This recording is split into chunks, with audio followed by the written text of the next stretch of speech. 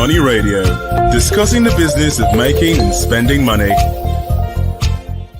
Hello, welcome to another edition of your business program on Leadership Television, Money Radio. My name is Winifred Weber, and I have a guest in the house. He's a political economist, Olamilekan Adebolari. Thank you so much. You're welcome to today's program. Thanks for having me. It's a pleasure to have you on today's Money Radio. And on today's program, we are looking at what remedies as Nigeria battles rising food inflation. What remedies as Nigeria battles rising food inflation? The naira has appreciated against the dollar in recent weeks, gaining over 40% from about 1,900 naira per dollar to about 1,100 naira per dollar now. As the naira rebounds, Nigeria expects significant reduction in the prices of food and basic commodities, but this hasn't been the case, with cost of living still high.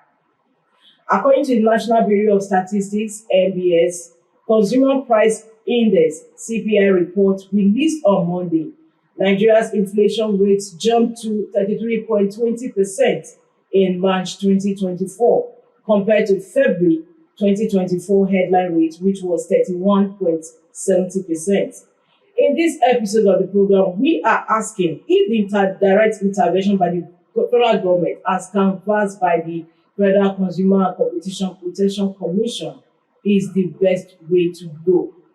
That is just basically what we are going to be looking at on today's Money Radio. Now, the question is, first and foremost, Olamilekan, what do you think are the causes of rising inflation? I think they are both basically internal factors as well as external factors. When we talk about the external factors, we're talking about the international price transmission that will happen on the global scale, maybe from the US, from the UK, what is happening across the global economy when it comes to transmission of price of goods and services across the world. That is on one hand. Then the domestic economy also has its own factors that lead to inflation. Talk about first and foremost government policies. When we talk about the government policy, we look at it from three angles: monetary policy, fiscal policy, and trade policy. They now talk about the activities of businessmen and women within the economic space of Nigeria. Talk about maybe the ability of the businessmen to make profit, be on base that they want to innovate their businesses, so they want to bring new products into client. They also do what they call, on the basis of three types of inflation or cost push inflation that we normally have. We have cost push inflation, we have demand push inflation. We also have inbuilt inflation as being result. So most times when inbuilt inflation is being recorded, it's as a result of innovation being carried out by the businessmen and manufacturing sector. They, for instance, put a product that they want to bring a new brand into space. They're going to carry out research, they're going to bring a new brand. At the end of the cost, whatever cost they are incurring at that period, they will add to the cost unit of that particular product. Then it will be transmitted to the new price of that particular product. So everybody that is buying definitely want to afford. So from international arena to an internal economy based on government policy, as well as the ingenuity of business in terms of advancing their product, all this being put together bring about inflation. But we can break each one of them down. I don't know how much time we have. Okay, you can go ahead and let's have an idea of what the factors are in there. For example, when we look at international angle, a good example we can get is from the crude oil price. You know, when the moment the crude oil price goes up, definitely it will be transmitted into every local economy. That's on one hand.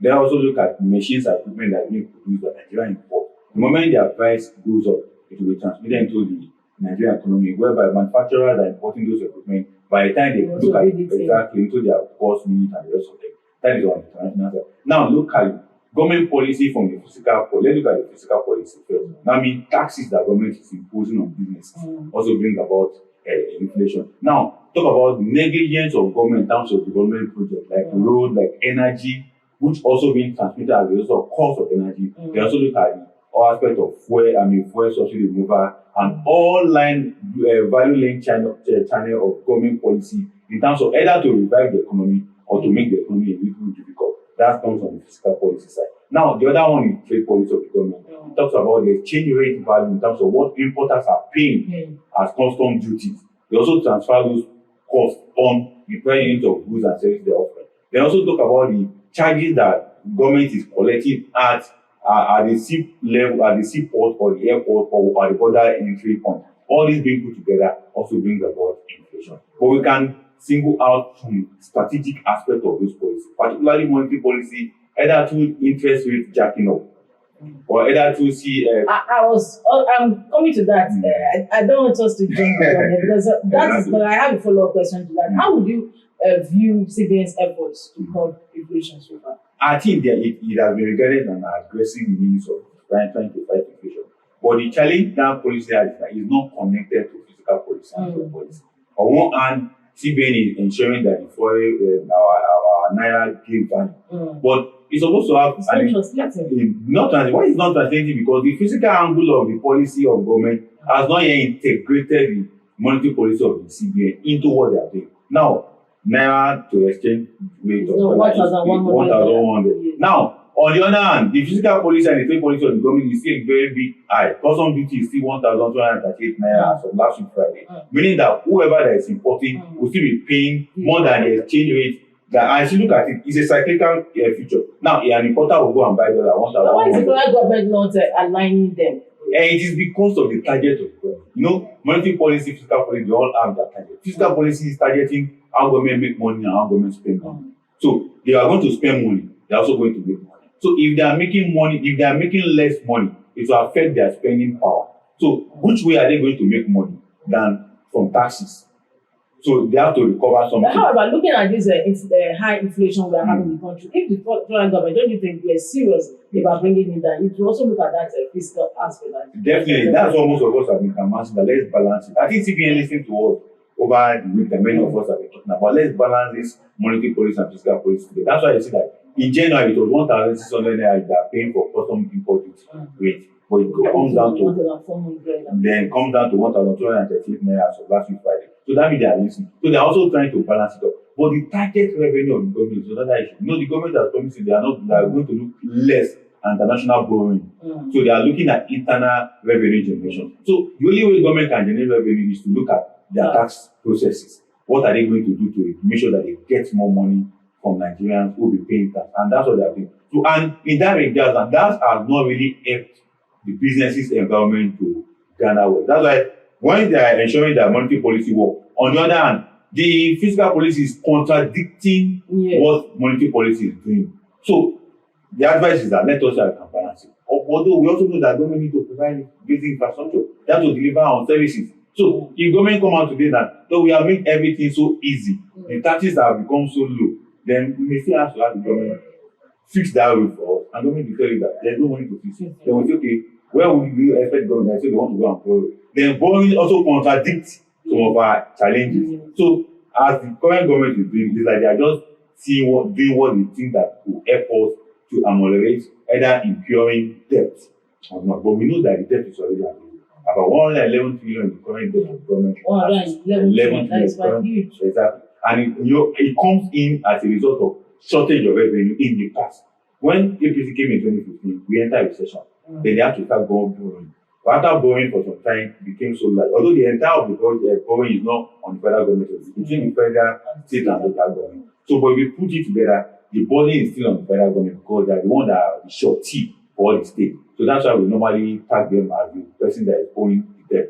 Then let's not also forget treasury papers as well as bond papers that government is also selling. All this also incur debt or not together. Now, how would you review the report? Because there were some reports, or there have been some reports in Bloomberg, I know some national newspapers that had the report that the federal government was has actually used our foreign reserves to shore up the naira. How would you assess it? But even though the CBN governor can also say nothing like that, but what's your view on all this? I think those are the practical means of ensuring that you fight and stabilize the price. And as a matter of fact, the foreign reserves is about $35 billion. It has gone down. It's now 1.5 billion. Well, as of yesterday, there was an inflow of $600 million for the foreign reserve. But the question also is denying that nothing of that sort. The issue is that what is actually the truth? The truth is that we are defending the naira literally, but from the principles of monetary policy globally, you don't say you defend the currency. What you say is you are trying as much as to stabilize. That's the language that is coming out from their mouth, that we are stabilizing the currency. And one of the things they made mention of, we are also meeting up with our debt obligation. What is that debt obligation? That the debt obligation is that there have been an array of over 10 billion US dollar in need by importers. So we don't have the money. So what they need to do to securitize our foreign reserve.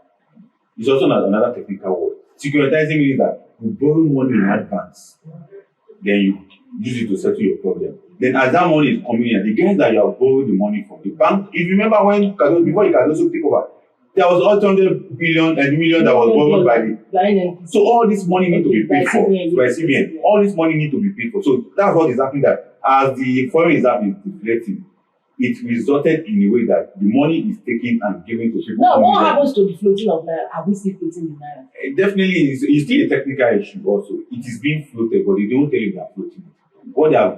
The language they are using now is market forces. The language they are using now is liberalization. Although that is what they're supposed to use from the beginning. But a simpler technical word is to say we are floating, meaning you are allowing market forces to work. That's why I think in his recent statement last night, he said the IIM window is working. What it means that people are going to the IIM window to buy and to sell.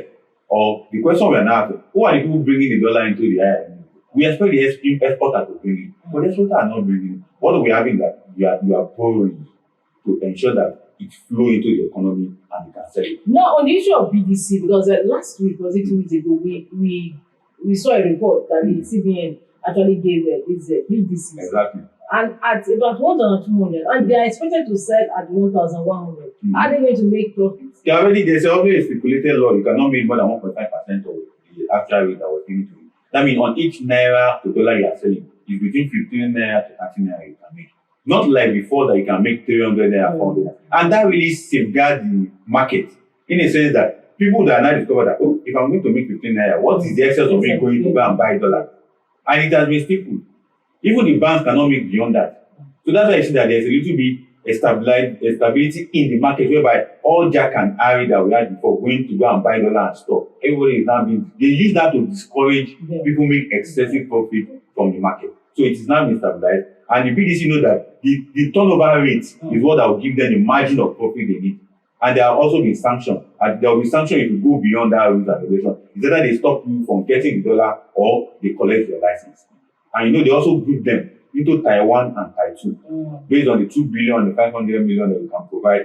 The 2 billion and the 500 million you can provide as a BDC is also there. So what the CBN is doing to ensure that what was absent before is now available. Talk about strong governance regulations. Then also ensure that the supply chain is not broken.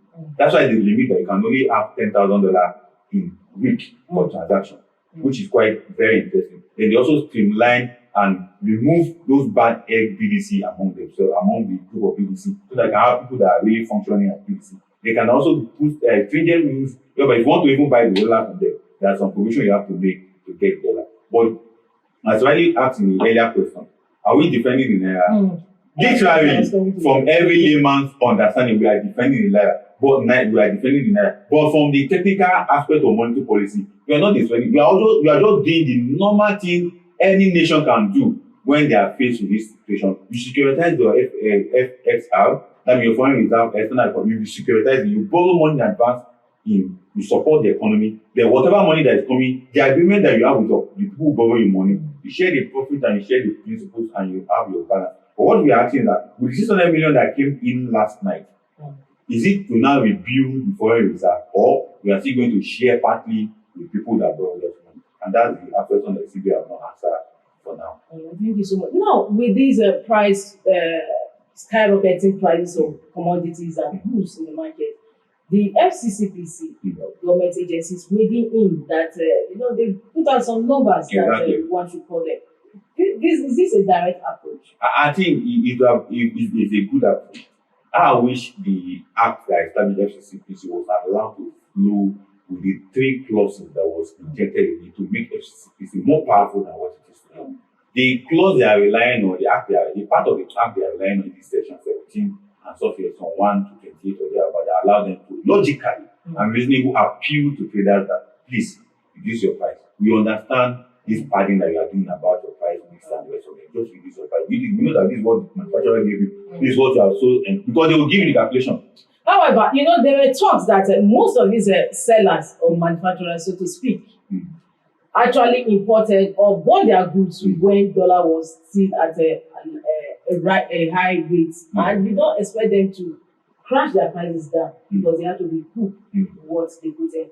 How true is that? It's quite fact that was what was obtainable at that time. But it also need to be punctual in the sense that the time they raised the price, the one they bought was bought at cheaper. I don't know whether I get it. Okay. The one we are talking about that currently, before today, it was high. So they were still importing. But the one that at the initial stage of this price fight or price war, they bought it at very cheap. It was around 450 to 700 naira they were sending dollar. But the moment they discovered that it rised up to 1,000, the stock they had at 400 naira, they added the price of the 1,000 and started selling. So it's also logical. That's why the FCCP is coming with that logic and reasonable mind that this is what we understand the market. We can also do this in exchange for it. I also need to understand that government is also doing a lot to reduce that tension within the import bracket. That's why they quickly reduce the custom import rates. We are going to be coming back to that when we resume from this first segment of the break. Don't go away, stay tuned. Be part of our brand.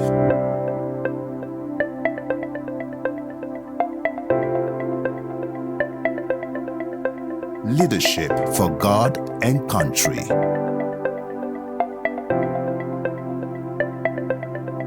Welcome back. In case you are just joining us, the program is Morning Radio, reaching you on Leadership Television. On today's topic, we've been looking at what remedies as Nigeria battles rising food inflation. My name is Winifred Gwebo, and of course, my guest is a political economist, Adefolari Olamilekan. Your name is just tongue twisting.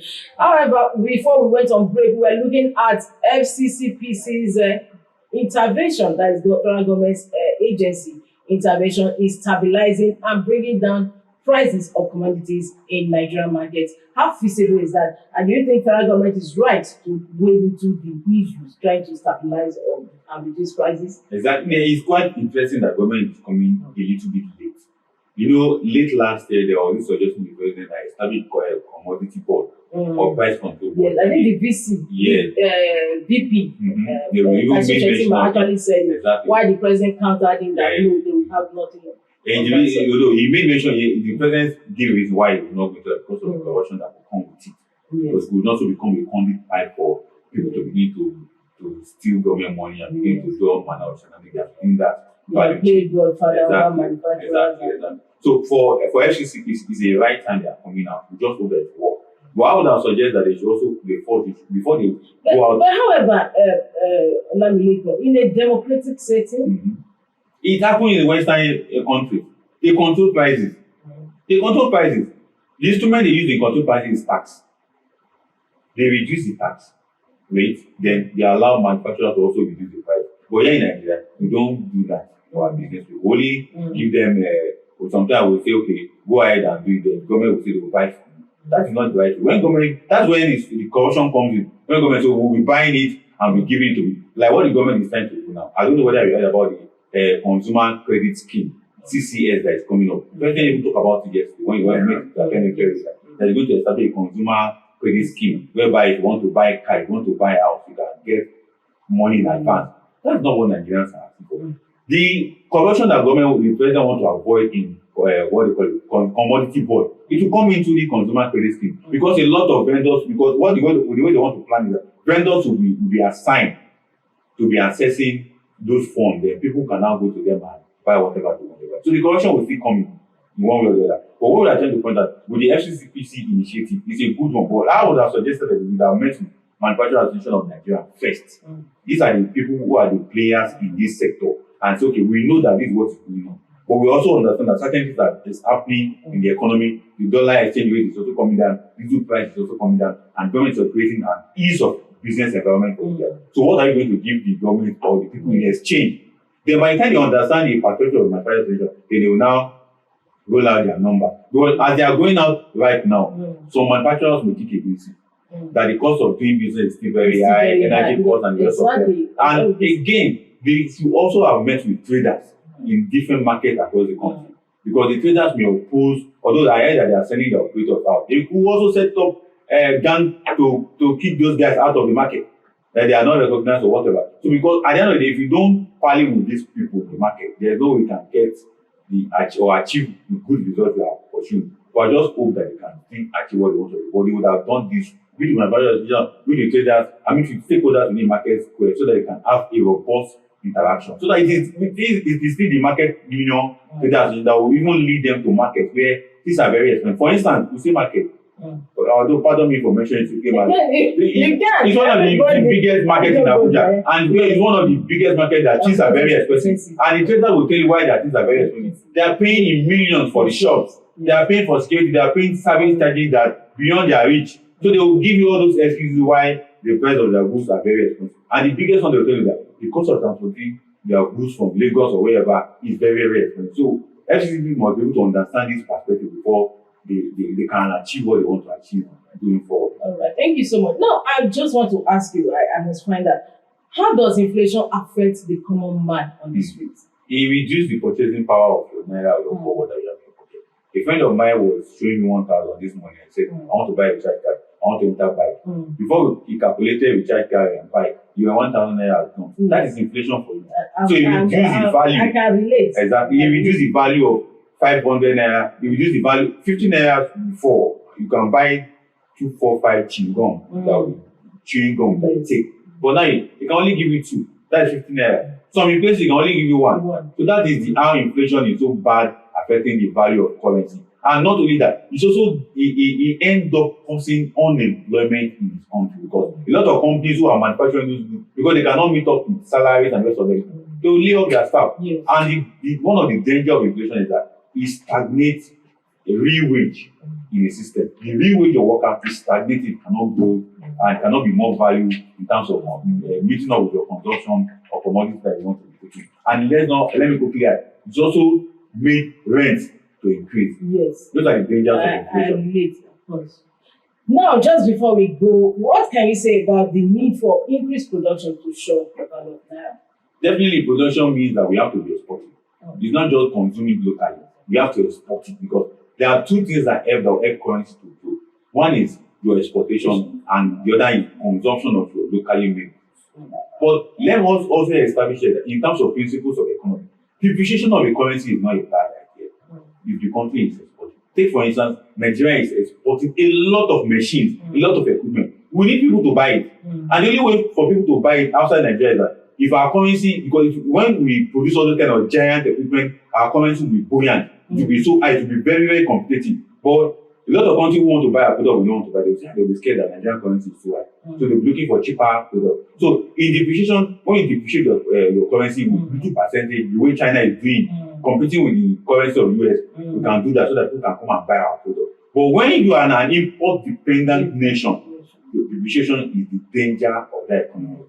But how do we start having value-added chain setting in some of these agricultural produce in the country? Definitely. And for instance, we have a pando yam. And I was made to understand that recently that it's even being imported. These yams are taken out of the country where they are now turned into pounded yam, powder yam, flour, and brought back again to the same country you took the yams from. And these are simple technology that our university can take up, our research center can take up. But because of neglect on the part of government in interrogating or integrating science and technology into the economy, that's where we have issue. We have a big national agency that is into science development, but how are the government be able to teleguide our science to impact our economy? That's where it is. Until we understand that flow, that's when we can be able to appreciate the essence of science and technology to help the economy to grow. We just hope the government will understand it. But as long as we continue all these technical aspects of economic principles of buying and, because the Nigerian economy is buying and selling. So until we understand it is not just buying and selling, it's about technology and scientific innovation to empower the economy. Then there will be a great achievement for us. Thank you so much. That is a takeaway from today's morning radio. It's always a pleasure to have you on the program. As for the purpose of our viewers, he is a political economist, and it's always a pleasure to have you on the program. So it's on this note we are rounding up on today's edition of Morning Radio. Raymond Radio's topic today has been what remedies as Nigeria battles rising food inflation. My name is Winifred Webo. See you next time on the program. Bye. Thank you for watching. For sponsorship and advert placements, please contact 080-3688-6158. Last Word Leadership Podcast Studio. You have the last word.